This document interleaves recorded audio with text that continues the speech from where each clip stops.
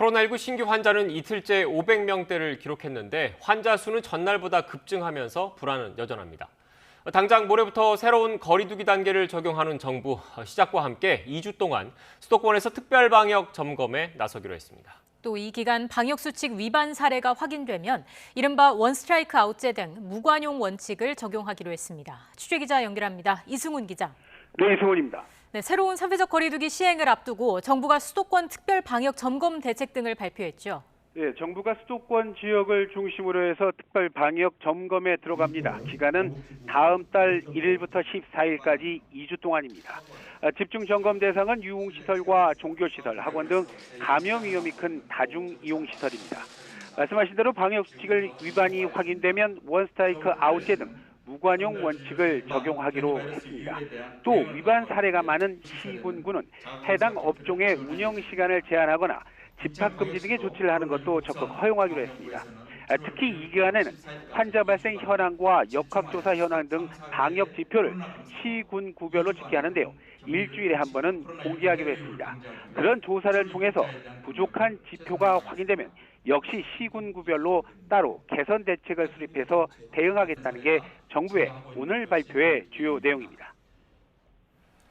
네, 이승훈 기자, 정부가 이렇게 특별 방역 점검에 나선 이유, 그만큼 수도권의 상황이 안정적이지 못하다, 이런 판단 때문입니까? 네, 지난 한 주 동안의 수도권 하루 평균 신규 환자를 보면요. 국내 발생 환자만 기준했을 때 360명이 넘습니다. 지난주보다 8.4% 정도가 늘어난 건데요.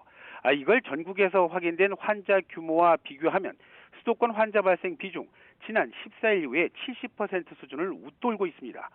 물론 최근 드러난 백신 접종의 효과로 위중증 환자 또 치명률이 감소세를 보이고 있는 건 사실입니다. 하지만 가족이나 직장, 동료 그리고 지인 등을 통해서 접촉을 통해서 감염되는 사람이 많아진 겁니다. 이른바 소규모 감염의 비중이 51.2% 정도를 차지하고 있는 건데 참고로 전국 평균은 44%가 좀 못 되고 있는 상황입니다. 정부는 최근에 이런 지표를 종합해 볼 때 수도권만큼은 장기간 유행에 따른 지역사회 감염원이 누적하고 있다. 그런 상황이라고 보고 있는 겁니다. 또 여기에 계절적인 요인까지 겹치면서 방역 긴장감은 풀어지고 있고요. 게다가 실내 활동 역시 늘어나면서 감염의 확산세가 줄지 않는 걸로 판단하고 있습니다. 특히 수도권은 전국 평균보다 의심 신고 검사자 가운데 양성률이 높은 상황입니다.